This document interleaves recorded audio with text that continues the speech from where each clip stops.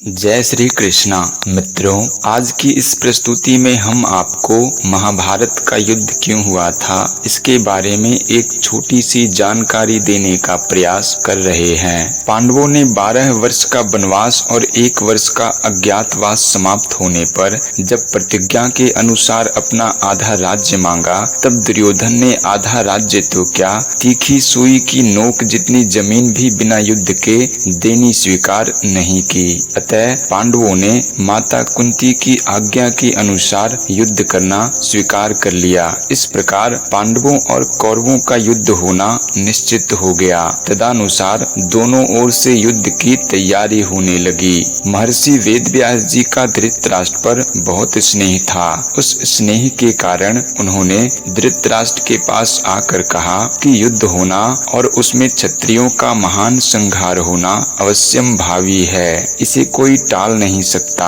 यदि तुम युद्ध देखना चाहते हो तो मैं तुम्हें दिव्य दृष्टि दे सकता हूँ, जिससे तुम यहीं बैठे बैठे युद्ध को अच्छी तरह से देख सकते हो। इस पर धृतराष्ट्र ने कहा कि मैं जन्म भर अंधा रहा, अब अपने कुल के संहार को मैं देखना नहीं चाहता, परंतु युद्ध कैसे हो रहा है यह समाचार जरूर सुनना चाहता हूँ। तब व्यास जी ने कहा कि मैं संजय को दिव्य दृष्टि देता हूँ, जिससे यह संपूर्ण युद्ध को, संपूर्ण घटनाओं को, सैनिकों के मन में आई हुई बातों को भी जान लेगा, सुन लेगा, देख लेगा और सब बातें तुम्हें सुना भी देगा। ऐसा कहकर व्यास जी ने संजय को दिव्य दृष्टि प्रदान की। निश्चित समय के अनुसार कुरुक्षेत्र में युद्ध आरंभ हुआ। 10 दिन तक संजय युद्ध स्थल में ही रहे। जब पितामह भीष्म बाणों के द्वारा रथ से गिरा दिए गए, तब संजय ने हस्तिनापुर में, जहां धृतराष्ट्र विराजमान थे, आकर धृतराष्ट्र को